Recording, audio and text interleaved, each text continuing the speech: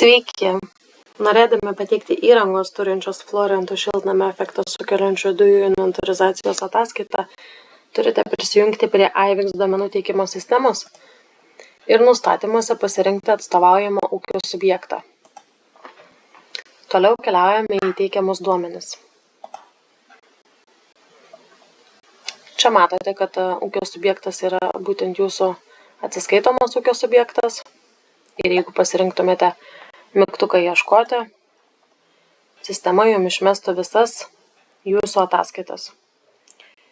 Sąrašą galite pasididinti ir galite išsirūšiuoti dokumento tipą, pateikimo datą, atsiskaitimo laikotarpį, būseną. Taip pat galite naudotis aukščiau esančiais filtrais, dokumento tipą pasirinkti iš sąrašo. Pasirinkime įrangos inventorizacijos ataskaitą. Pagal būseną, pagal tipą, tai pasirinkime už metus 2023 ir paieškokime šios ataskaitos. Matome, kad sąraše jos nėra, tad pabandykime ją susikurti. Čia iš sąrašo pasirinkime mums reikiamą, mus dominančią ataskaitą, kurią norime sukurti. Tai 15.3 įrangos inventorizacijos ataskaita. Paspauskime ir paspauskime mygtuką sukurti. Patenkiama į duomenis apie teikiamą dokumentą. Ir čia turime užpildyti žalius laukelius. Matome, kad atsiskaitimo laikotarpis už metus yra tuščias. Tad čia įveskime datą. Turime užpildyti ataskaitos rengėjo ir atsakingo asmens korteles. Paspauskime. Taigi vardas, pavardė, telefono numeris ir elektroninis paštas. Kortelę uždarome. Atsakingo asmens kortelę irgi užpildome, įrašydami vardą ir pavardę. Uždarome ir nepamirštame išsaugoti informacijos. Sistema mums leidžia toliau keliauti į dokumento duomenis.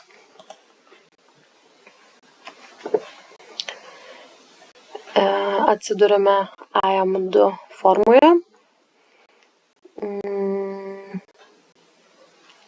Čia turėtumėme užpildyti įrangą prižiūrinčios įmonės laukelį. Jeigu turime įrangą prižiūrinčią įmonę, tai paspaudus sukurti pieštuką ir pradėjus suvesti, užtenka 3 simbolių, mums sistema meta variantus. Jeigu mums tinkamas, spaudžiame žalią varnelę. Jeigu reikalinga dar sukurti įrašų, sukurkime. Jeigu jie nereikalingi, ištrinkime, nepalikime tuščių. Jeigu šiame sąraše nerandate reikiamos įmonės, yra kita grafa, kur galite įrašyti įmonės pavadinimą ir įmonės kodą ranka. Taip pat sistema leidžia pasirinkti ir registracijos šalį. Žalia varnelė. Įrašus išsaugokime. Toliau yra teikiami priedai, tai būtent ataskaita apie stacionarią šaldymo oro kondicionavimo įrangą ir šilumos siurblius, kuriuose yra 5 tonos CO2 ekvivalentų ar daugiau, ar 3 kg ir daugiau ozono sluoksnį ardančių medžiagų. Jeigu turite stacionarią gaisro gesinimo įrangą, tai žymėkite antrąjį priedą. Jeigu norite atsiskaityti už elektros įtampos skirstymo įrenginius ar tirpiklių turinčią įrangą, izoterminių sunkvežimių, izoterminių priekabų šaldymo įrangą arba apie organinio rankino ciklo įrangą, tai pasirinkite atitinkamus priedus.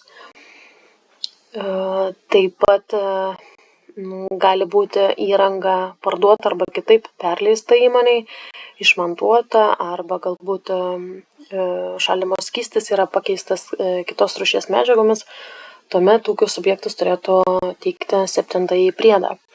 Taip pat noriu atkreipti dėmesį, kad pasirenkant kažkurį iš šių priedų, 1, 2, 3, 4, 5 ir 6, turėtumėt teikti ataskaitą ne tik apie pokyčius, bet taip pat ir nurodant visą valdomą įrangą.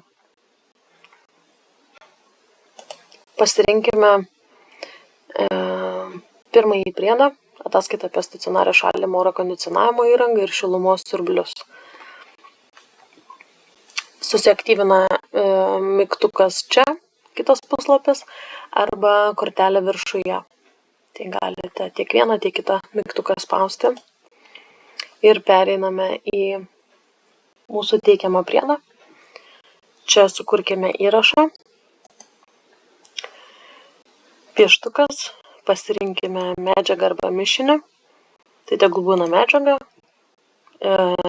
iš sąrašo.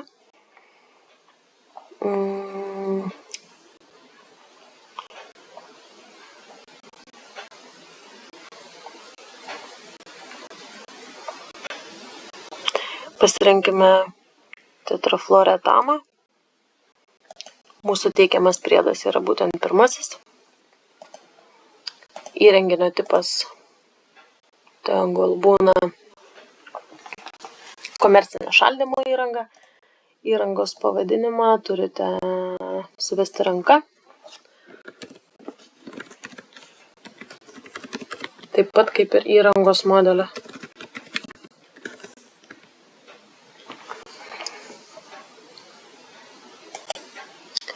Įrangos kiekis vienetais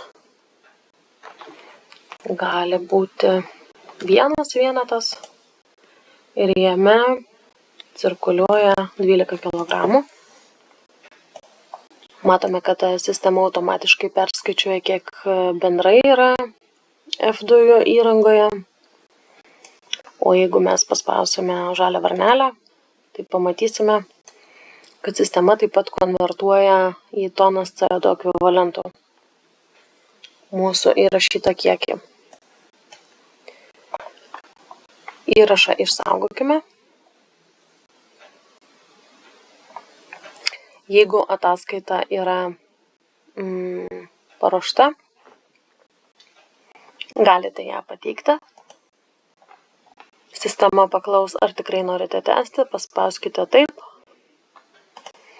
Ir dokumento būsena pasikeis į pateiktas. Tuomet jau ataskaitos koreguoti nebegalite.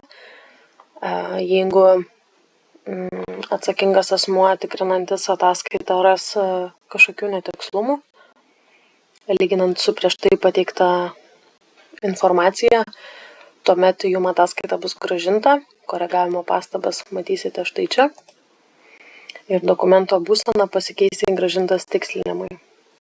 Taip pat jūs, jeigu patys irgi pastebėtumėt kažkokių netikslumų, nesutapimų, jau pateikus ataskaitą, tai taip pat galite susisiekti su atsakingu asmeniu aplinkos apsaugos agentūroje ir jums tiesiog ataskaita bus grąžinta ir tuomet jau jūs ją galėsite koreguoti.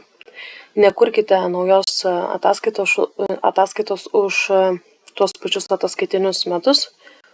Gali būti tik tai viena ataskaita sukurta ir ją reikėtų koreguoti.